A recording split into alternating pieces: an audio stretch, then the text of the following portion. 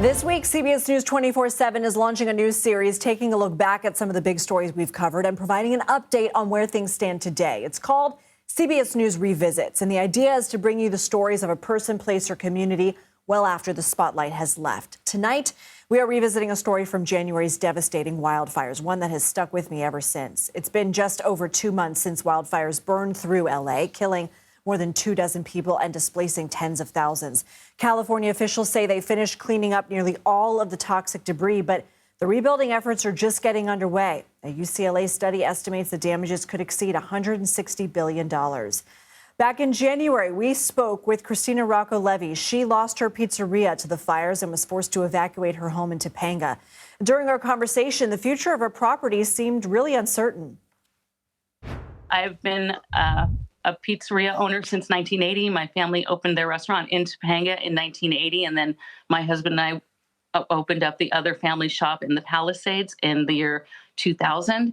So I don't know what's next. I've always been the pizza princess. Let's welcome back the pizza princess, Kristina, joining us now from Topanga, California. So, Kristina, it's good to see you again.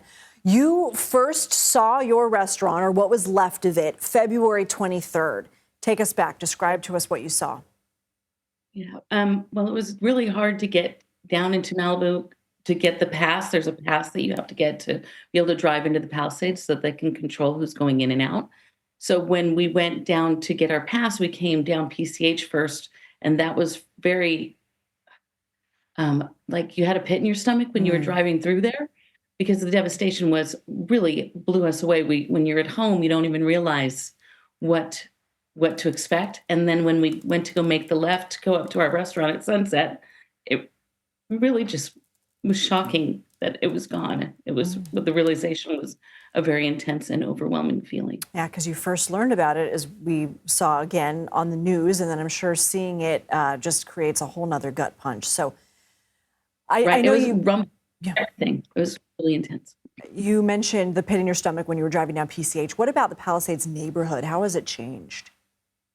I think that the Palisades is forever changed. When we continued up into the town, into our community up there, we were in shock, really. My husband and I were just driving, just going, no. I mean, all of the community members that we have been serving for 25 years, 10 blocks down and 10 blocks wide when you were going through the alphabet streets, the grocery stores, the library, places where the kids would gather in the park across the street, and just how do you build back from there? Yeah, and memories. Yeah. And it's going to be a long road. I mean, a lot of our friends and our neighbors and our customers are just all struggling to figure out what's next. A long road. We know you have a GoFundMe so you can keep paying your employees. How long do you think you'll be able to do that? And what is next for Rocco's? What are your hopes? What are your aspirations? Yes, we hope to be able to pay the employees for as long as possible till we get back on our feet. At the moment, we are trying to raise enough money to buy a pizza trailer and be able to hopefully start catering in our community a little bit and doing parties, because the families have moved from the Palisades, but they didn't move out of California, many of them. So we've always done Halloween parties and Christmas parties, and the schools have moved into Santa Monica. So if we could figure out how to organize a pizza delivery system, then that would be something that we could do. And hopefully, Rocco's 3.0 will live on. Oh, well, Kristina Levy, we wish you all the best with Rocco's 3.0, and continue to keep us posted, please. Thank you so much for having me today and for your continued support. I really appreciate it. Good to see you again. Thank you.